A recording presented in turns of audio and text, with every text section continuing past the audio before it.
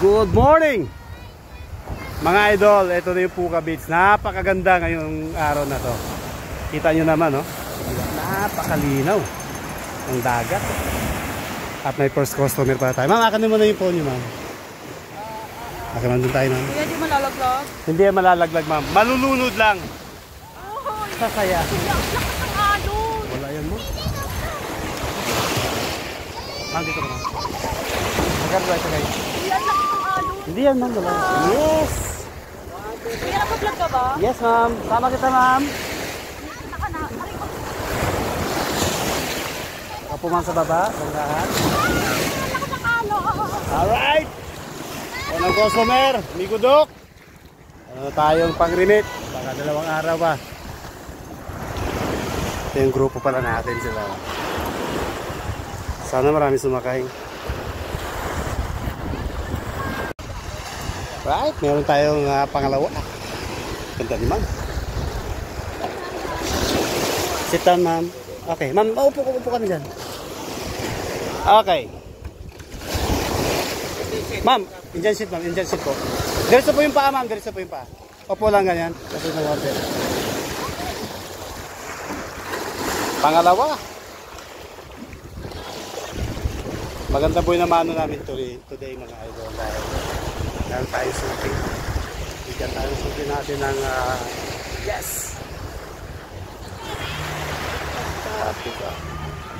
Photo shot naman tayo.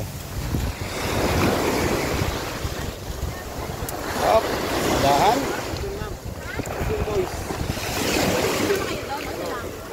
Kami po yun, ma'am.